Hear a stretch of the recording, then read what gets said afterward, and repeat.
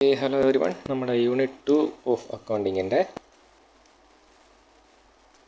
ഞാൻ പറയാതെ പോയ യൂണിറ്റ് 2 ഞാൻ വിട്ടുപോയതല്ല, പറയാത്ത രണ്ട് കാര്യങ്ങളുണ്ട്.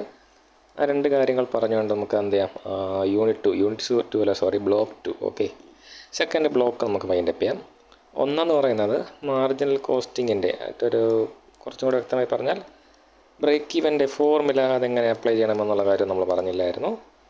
രണ്ടാമത്തെ കാര്യം ABC കോസ്റ്റിംഗ്. ഈ രണ്ട് കാര്യങ്ങളാണ് നമ്മുടെ സിലബസ് പ്രകാരം, നമ്മുടെ മെറ്റീരിയൽ പ്രകാരം നമ്മളിനി സെക്കൻഡ് ബ്ലോക്കിൻ്റെ അത് നോക്കാനുള്ളത്. ഓക്കെ, എന്താണെന്ന് നോക്കാം. ആദ്യം നമുക്ക് നോക്കേണ്ടത് എന്താണ്, ഈ പറഞ്ഞ പോലെ ബ്രേക്ക് ഈവൻ്റെ ഫോർമുല എന്താണ് ബ്രേക്ക് ഈവൻ എന്ന് കഴിഞ്ഞ വീഡിയോ പറഞ്ഞിരുന്നു.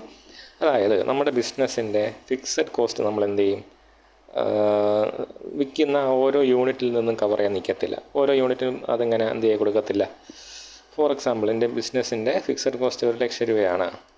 അപ്പോൾ ഞാൻ ഉണ്ടാക്കുന്ന ഓരോ യൂണിറ്റിലേക്കും ഈ 1,00,000 രൂപ വീതിച്ച് കൊടുത്തിട്ട് ആ കോസ്റ്റ് കവർ ചെയ്ത് വരണമെന്ന് പറഞ്ഞാൽ അത് അത്ര പോസിബിളായിട്ടുള്ള കാര്യമില്ല. അതിൻ്റേതായ ഡിഫിക്കൽട്ടി ഉണ്ട്. അവിടെ ഞാൻ എന്ത് ചെയ്യും, അങ്ങനെ വാങ്ങാൻ നിൽക്കത്തില്ല. പകരം എന്ത് ചെയ്യും, എൻ്റെ പ്രോഫിറ്റ് ഞാൻ വേണ്ടെന്ന് വയ്ക്കും. അത് വെച്ചാൽ എൻ്റെ കോസ്റ്റ് എപ്പോഴും തന്നെയാണ് എക്സ്പെൻസ് പ്ലസ് പ്രോഫിറ്റ് തന്നെയായിരിക്കും. പക്ഷേ ഈ പ്രോഫിറ്റ് എവിടെ പോകും, ഈ പറഞ്ഞ ഫിക്സഡ് കോസ്റ്റിൻ്റെ അകത്ത്, സാലറി കൊടുക്കുന്നതിൻ്റെയോ റെൻറ്റ് കൊടുക്കുന്നതിൻ്റെ അകത്ത് അങ്ങ് പോകും. എന്നിട്ട് ഞാൻ ഒരു കാൽക്കുലേഷൻ നടത്താണ്, എത്ര സാധനം വിറ്റാലാണ്, എത്ര യൂണിറ്റ് ഓഫ് സാധനം വിറ്റാലാണ് എന്ത് കിട്ടുന്നത്, ഈ പറഞ്ഞ ഫിക്സഡ് കോസ്റ്റും കവറാവും, വേരിയബിൾ കോസ്റ്റും കവറാവും, പിന്നെ ഉള്ള പ്രോഫിറ്റ് എനിക്ക് എടുക്കാനും പറ്റും. അങ്ങനെ എത്തണമെങ്കിൽ ഞാൻ മിനിമം എത്ര സാധനം വിൽക്കണമെന്നുള്ളത് എനിക്ക് കണ്ടെത്തണം. അപ്പോൾ ഞാൻ അങ്ങനെ കാൽക്കുലേറ്റ് ചെയ്യുമ്പോൾ എനിക്കൊരു പോയിൻ്റ് കിട്ടും. കാര്യം ആ പോയിൻ്റ് എത്തുമ്പോൾ എൻ്റെ എക്സ്പെൻസും എനിക്ക് കിട്ടുന്ന റവന്യൂ എന്താവും, ഈക്വൽ ആവും. അവിടെ എന്തില്ല, എനിക്ക് പ്രോഫിറ്റും ഇല്ല, ലോസും ഇല്ല. ആ ഒരു പോയിൻറ്റിനാണ് നമ്മൾ എന്തെന്ന് വിളിക്കുന്നത്, break even point. Break even point എന്ന് പറയുന്നത് ബിസിനസ്സിൻ്റെ എക്സ്പെൻസും ഇൻകവും അല്ലെങ്കിൽ റവന്യൂവും ഈക്വൽ ആവുന്ന പോയിൻ്റാണ്. അങ്ങനെ ആവാനുള്ള കാര്യം എന്താ, നമ്മുടെ ഫിക്സഡ് കോസ്റ്റ് നമ്മൾ ആദ്യമേ കവർ ചെയ്ത് പോകുന്നില്ല.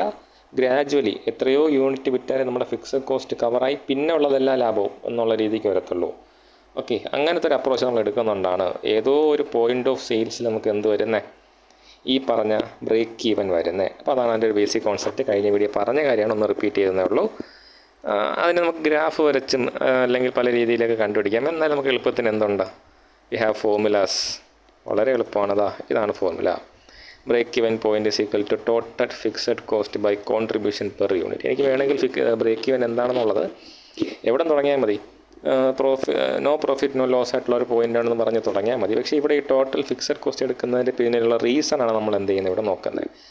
അപ്പോൾ ഈ കോൺട്രിബ്യൂഷൻ പെർ യൂണിറ്റ് എന്ന് വെച്ചാൽ എന്താണെന്നറിയോ, നമ്മുടെ സെല്ലിംഗ് പ്രൈസിൻ്റെ അകത്ത് വേരിയബിൾ കോസ്റ്റ് എടുത്ത് കളഞ്ഞാൽ, അതായത് സെല്ലിംഗ് പ്രൈസിൻ്റെ അകത്ത് എന്തോ ഒരു ഫിക്സഡ് കോസ്റ്റിൻ്റെ എലമെൻറ്റും ഉണ്ട്, പിന്നെ പ്രോഫിറ്റിൻ്റെ ഒരു എലമെൻറ്റും ഉണ്ട്. ഇത് രണ്ടും കൂടിയാണ് എന്താവുന്നത്, കോൺട്രിബ്യൂഷൻ ആവുന്നത്. അപ്പോൾ ഈ രണ്ട് സാധനങ്ങളും കൂടെ ചേർന്ന് നോക്കുമ്പോൾ, ഈ രണ്ട് സാധനങ്ങളും കൂടെ ചേർന്ന് നോക്കുമ്പോൾ എപ്പോഴാണ് നമ്മുടെ ടോട്ടൽ ഫിക്സഡ് കോസ്റ്റ് കവർ ആവുന്നത്, അതിനെ നമ്മൾ എന്തെന്ന് വിളിക്കുന്നത്, നമ്മുടെ ബ്രേക്ക് ഈവൻ പോയിൻ്റ് എന്ന് വിളിക്കുന്നത്.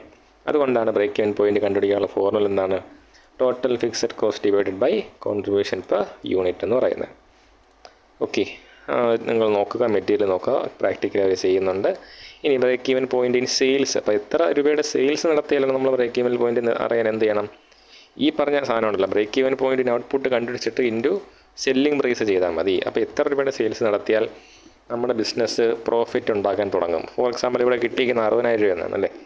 അപ്പോൾ 60,000-നേക്കാൾ എത്ര രൂപ കൂടുതൽ നമുക്ക് ഉണ്ടാക്കാൻ പറ്റും, അവിടെ നമുക്ക് എന്തുണ്ടാക്കാൻ പറ്റുമെന്ന് പറയുന്നത്, പ്രോഫിറ്റ് ഉണ്ടാക്കാൻ തുടങ്ങും ബിസിനസ് എന്നാണ് പറയുന്നത്. ഇതിനാണ് നമ്മൾ എന്തെന്ന് വിളിക്കുന്നത്, ബ്രേക്ക് ഈവൻ പോയിൻ്റ് എന്ന് പറയുന്ന ഒരു കോൺസെപ്റ്റ് പറയുന്നത്.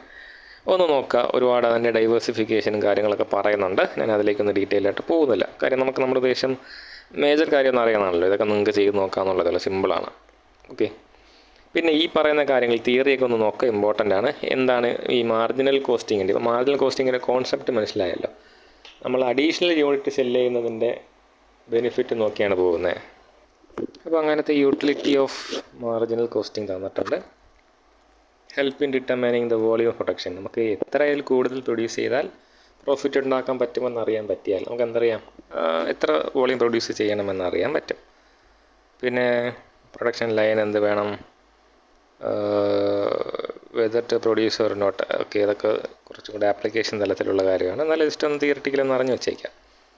എന്ത് മെത്തേഡ് ചൂസ് ചെയ്യണം, എല്ലാത്തിൻ്റെ ഒബ്ജക്റ്റീവ് എന്താണ്, നമുക്ക് ഈ അഡീഷണൽ സെല്ല് ചെയ്തുകൊണ്ട് പ്രോഫിറ്റ് ഉണ്ടാക്കുക. അതാണ് ഈ മാർജിനൽ കോസ്റ്റിങ്ങിൻ്റെ ഒരു ഉദ്ദേശം. അല്ലാതെ ആദ്യത്തെ കച്ചവടത്തിൽ തന്നെ ലാഭം കിട്ടണമെന്നല്ല അവിടെ ചിന്തിക്കുന്നത്. അവിടെ നമുക്ക് എത്ര യൂണിറ്റ് അഡീഷണൽ പ്രൊഡ്യൂസ് ചെയ്ത ലാഭം ഉണ്ടാക്കാൻ പറ്റും, ആ രീതിയിലാണ് കോസ്റ്റിംഗ് പോകുന്നത്. അപ്പോൾ കോസ്റ്റിനകത്ത് എങ്ങനെയാണ് ഈ പ്രോഫിറ്റിൻ്റെ ഇംപ്ലിക്കേഷൻ എന്നതനുസരിച്ചിട്ടാണ് നമ്മളിവിടെ ചേഞ്ച് പറയുന്നത്. ഓക്കെ, ഇവിടെ എക്സാമ്പിളൊക്കെ പറഞ്ഞിട്ടുണ്ട്, ഞാനതൊന്നും പറഞ്ഞ് സമയം കളയുന്നില്ല. I'm try to make the video limited. Okay, limitation of marginal costing, എന്തൊക്കെയാണ് ലിമിറ്റേഷൻ? ഇത് വെറുതെ തിയറിറ്റിക്കലി ഓരോന്നും പറയുന്നതാണ്. അപ്പോൾ നിങ്ങൾ തന്നെ ആലോചിച്ച് നോക്കി, പെട്ടെന്ന് നമുക്ക് ആലോചിക്കുമ്പോൾ എന്താണ് ഈ ഫിക്സഡ് കോസ്റ്റ് വേരിയബിൾ കോസ്റ്റും തമ്മിൽ വേർതിരിക്കാൻ പാടുണ്ടോ എന്നൊക്കെ നമുക്ക് ചിന്തിച്ചാൽ നമുക്ക് കണക്ട് ചെയ്യാൻ പറ്റത്തില്ല. ബട്ട് തിയറിറ്റിക്കലി ഇങ്ങനെ പലതും പറയുന്നുണ്ട്. ഓക്കെ, അത് മാത്രമാണ് റീസണായിട്ട് പറയുന്നത്, അത്രേ പറയാൻ പറ്റത്തുള്ളൂ. ബേസിക്കലി അവർ പറയുന്നതാണ് എന്താണ് ഒരു ലിമിറ്റേഷൻ, ഈ ഫിക്സഡ് കോസ്റ്റും വേരിയബിൾ കോസ്റ്റും തമ്മിൽ വേർതിരിക്കുക, അല്ലെങ്കിൽ സെമി വേരിയബിൾ കോസ്റ്റ് വന്നാൽ അതിനെങ്ങനെ ഇതിൻ്റെ അകത്ത് ഉപയോഗിക്കുക എന്നുള്ള കാര്യങ്ങളൊക്കെയാണ് ഡിഫിക്കൽട്ടി ആയിട്ട് വരുന്നത്. അപ്പോൾ അത്ര എനിക്ക് എന്തിനെക്കുറിച്ച് പറയാനുള്ളൂ, മാർജിനൽ കോസ്റ്റിങ്ങിനെ കുറിച്ച് പറയാനുള്ളൂ. അതവിടെ പറയുന്നു, marginal costing is a technique whereby the marginal cost of product is ascertained. Only variable costs are charged to production. Fixed costs are charged against the contribution of the period. അപ്പോൾ എന്താണ് ഈ contribution to the period എന്ന് പറഞ്ഞാൽ എന്താണെന്ന് ഓർമ്മ ഉണ്ടല്ലോ, fixed വരുന്ന part plus profit. അങ്ങനെ നമ്മൾ തിയറിറ്റിക്കലി പറയുന്നതാണ്. എക്സാക്ട്ലി സെല്ലിംഗ് പ്രൈസിൽ നിന്ന് വേരിയബിൾ കോസ്റ്റ് പോയി കഴിഞ്ഞാൽ ബാക്കി എന്തുണ്ടോ അതിനാണ് ഈ കോൺട്രിബ്യൂഷൻ എന്ന് വിളിക്കുന്നത്. ഈ കോൺട്രിബ്യൂഷൻ എന്ത് ചെയ്യണം, നമ്മുടെ fixed cost in long term അല്ലെങ്കിൽ ഒരു നമ്പർ ഓഫ് പ്രൊഡക്ഷൻ എത്തുമ്പോൾ അത് എന്ത് ചെയ്യണം, കവറാക്കണം എന്നുള്ളതാണ് നമ്മുടെ കോൺസെപ്റ്റ് എന്ന് പറയുന്നത്.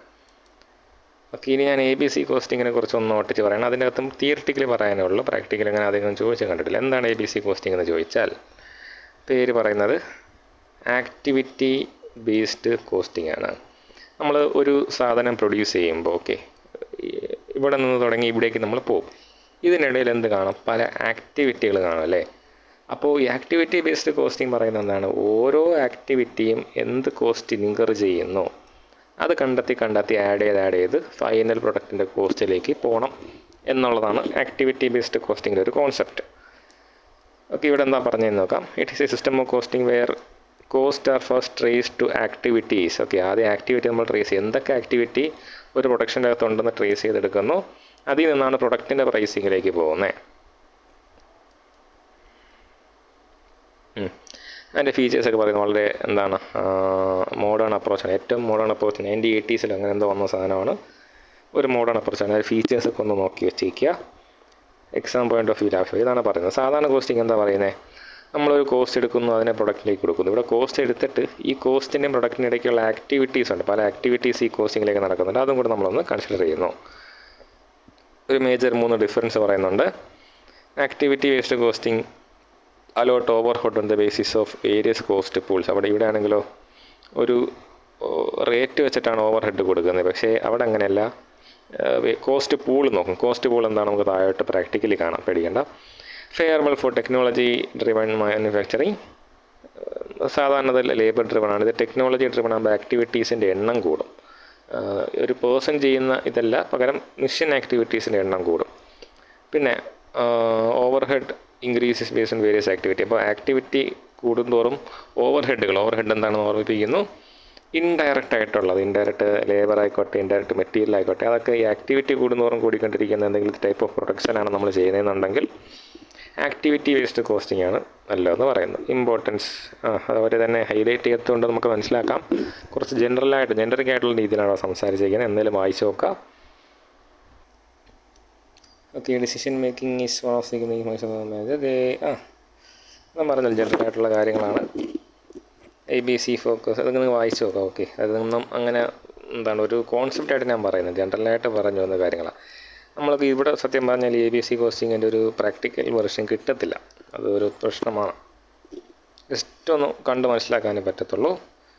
അടിസ്ഥാനപരമായിട്ട് ഇതാണ് ഉദ്ദേശം. അതായത് നമ്മൾ എന്ത് ചെയ്യുന്നു, ഓരോ പ്രോസസ്സിനകത്ത് നടക്കുന്ന ആക്ടിവിറ്റീസ് ട്രേസ് ചെയ്യുന്നു, അതിൽ നിന്ന് ഫൈനൽ പ്രൊഡക്റ്റ് ആ ആക്ടിവിറ്റിയിലൂടെയൊക്കെ എങ്ങനെ കടന്നു പോയിട്ടാണ് ഈ പറഞ്ഞ പ്രൊഡക്റ്റിലേക്ക് എത്തുന്നത്, അതിലോരോന്ന് ലിങ്കർ ചെയ്യുന്ന കോസ്റ്റിന് ഇമ്പോർട്ടൻസ് കൊടുക്കുക. ചിലത് ഇഗ്നോർ ചെയ്യേണ്ടതായിരിക്കും ചില ആക്ടിവിറ്റീസ്. നമ്മൾ എന്ത് ചെയ്യണതാ, identification of the organisational activities and manufacturing process. എന്നിട്ട് അതിന് നമ്മൾ എന്ത് ക്ലാസിഫൈ ചെയ്യും, factors which determine the cost.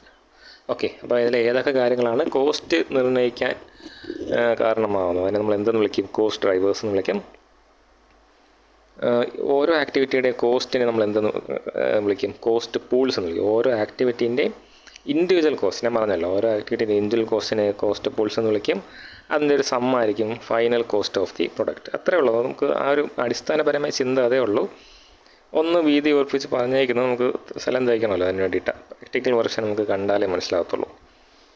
Okay, cost drivers എന്താണ്, കോസ്റ്റ് പൂൾ എന്താണെന്ന് തിരിച്ചറിയുക. കോസ്റ്റ് ഡ്രൈവേഴ്സ് ആ ഫാക്ടേഴ്സ് വിച്ച് കോസ്റ്റസ് അല്ലെങ്കിൽ which increase cost. Cost pool എന്ന് പറഞ്ഞാലോ ഈ പറഞ്ഞ സാധനത്തിൽ ഓരോ ആക്ടിവിറ്റിയിലും ഉണ്ടാകുന്ന കോസ്റ്റിനാണ് കോസ്റ്റ് പൂൾ എന്ന് വിളിക്കുന്നത്. ഓക്കെ, ഇവിടെ നോക്കിയാൽ ആ ഒരു ഡിഫറൻസ് ഇവിടെ കണ്ടാൽ മനസ്സിലാക്കും. അപ്പോൾ നമ്പർ ഓഫ് ഓർഡേഴ്സ് എത്രയെന്നുള്ളതാണ് നമ്മുടെ കോസ്റ്റ് ഡ്രൈവർ. പക്ഷേ കോസ്റ്റ് പൂൾ എന്തായിരുന്നു? നമുക്ക് മെറ്റീരിയൽ, ആ ഒരു പ്രത്യേക ഓർഡർ ചെയ്യാൻ വേണ്ടിയിട്ട് എത്ര മെറ്റീരിയൽ നമ്മൾ പ്രൊക്യൂർ ചെയ്തു, ആ ഒരു ഡിഫറൻസ് ഒന്ന് മനസ്സിലാക്കാമെന്നുള്ളതേ ഉള്ളൂ.